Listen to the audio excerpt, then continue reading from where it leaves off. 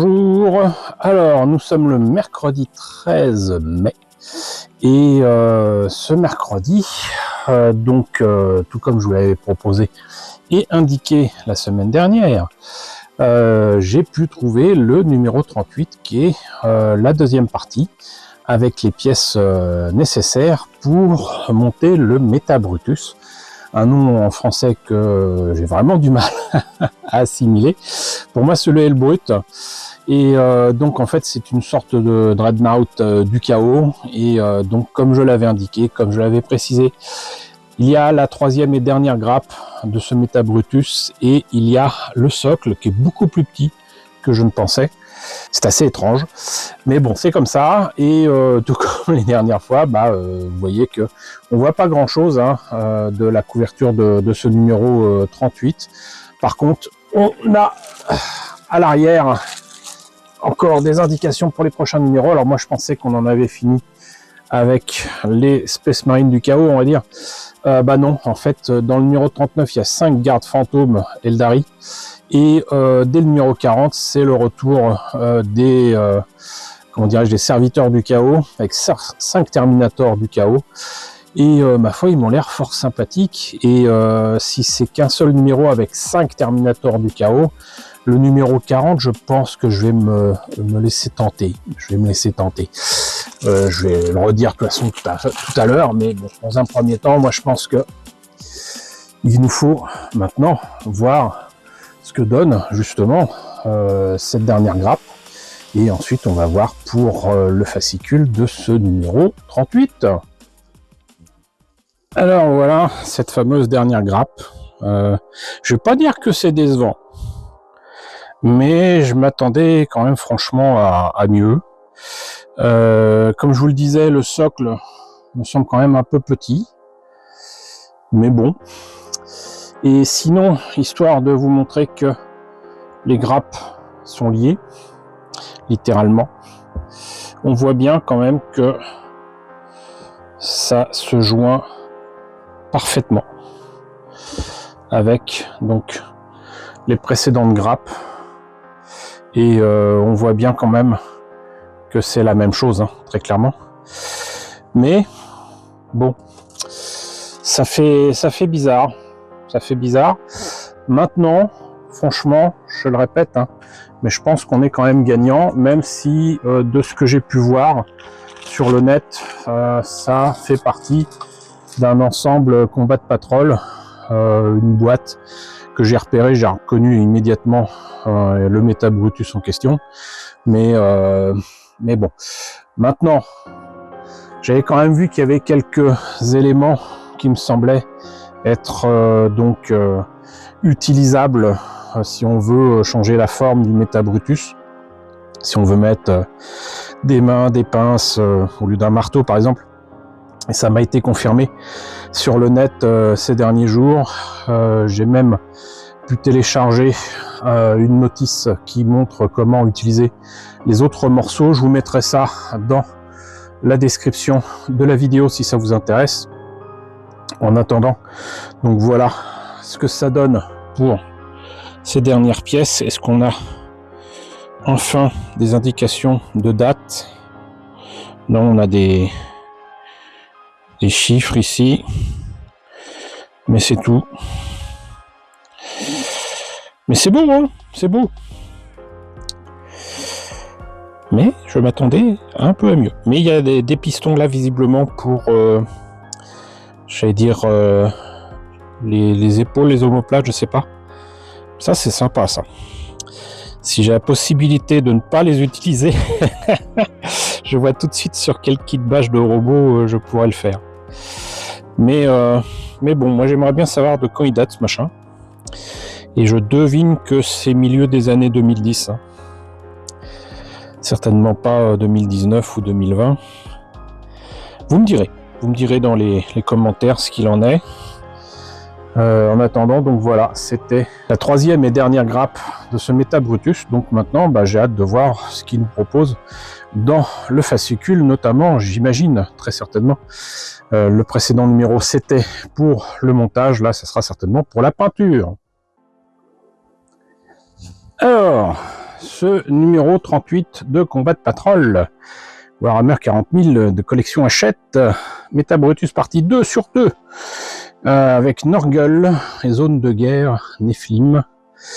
Ok, c'est pas Netflix, mais c'est Nephilim.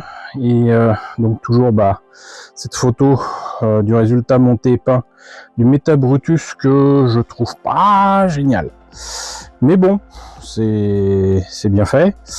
Et derrière, par contre, une illustration que j'aurais aimé voir sans cette belle figurine devant, quoi. Voilà, ça a l'air sympa. Et donc, on va immédiatement voir ce qu'il y a dedans. Qu'est-ce qu'ils nous disent de beau? Alors, ce numéro contient la deuxième partie de votre Méta Brutus. Une fois qu'il sera assemblé, vous pourrez suivre le guide pour le peindre avant de le tester dans un nouveau scénario. Voilà. Donc, comme je le disais, peinture avec sous-couche, couche de base de votre Méta Brutus, donc de la Baden Black, du Squig Orange, du Lead Belcher. Alors, c'est étonnant. J'étais tellement habitué à ce qu'ils disent mettez 3 couches et tout ça, on en profite pour mettre 3 fois des images. C'est pas le cas, mais bon, en tout cas je vous le répète, ça ne sert à rien de mettre des couches et des couches et des couches. Voilà, c'est complètement stupide, et encore plus stupide de sous-coucher en noir des trucs qui ensuite seront de toute façon sous-couchés ici en acier, là en orange pour visiblement la chair. Lead Belcher, donc du coup justement pour certains câbles qu'il y a au-dessus de la tête. Apparemment, pareil pour les espèces de pots d'échappement. Moi sur mon L brut, je l'avais fait quand même de la même couleur que le reste au niveau, comment dirais-je, de la partie organique. Mais peut-être que je me trompais. Rétributeur Armor directement, d'accord. Pas très beau, mais bon, hop, du doré ici et là, du Wravebone pour les cornes, pour les dents, voilà, du Racar Flèche pour les tuyaux, on va dire organiques. Ça aurait pu être fait avant. Mephiston Red pour les yeux. Alors comme la peinture Citadel, c'est plutôt de la peinture mate. Moi, je conseillerais pas de faire ça directement comme ça, mais bon, je mettrais plutôt du blanc déjà. Ensuite, peut-être une peinture rouge clair, du red clear, quoi. Que ce soit chez Tamiya, LR ou autre chose. Ça peut donner des résultats beaucoup plus beaux que ça, hein. Surtout pour des trucs qui brillent, qui sont soit des yeux, soit des joyaux. Donc travail en cours, ça sera pas terminé, visiblement il y aura d'autres trucs à faire, et sinon il propose ombrage de votre Méta Brutus, Moon Oil, bon ça c'est la solution, j'allais dire de facilité, mais c'est une solution efficace. Agra Surf Shade aussi pareil, pour tout ce qui est là, la colonne vertébrale ici. Recland Flesh Shade sur le doré, c'est vrai que ça peut rendre bien. Carroberg Crimson, histoire de rendre la chair encore plus... on dirait-je rougeoyante. Et voilà donc le travail en cours. Votre Méta Brutus est terminé pour l'instant. Comparez-le au nôtre.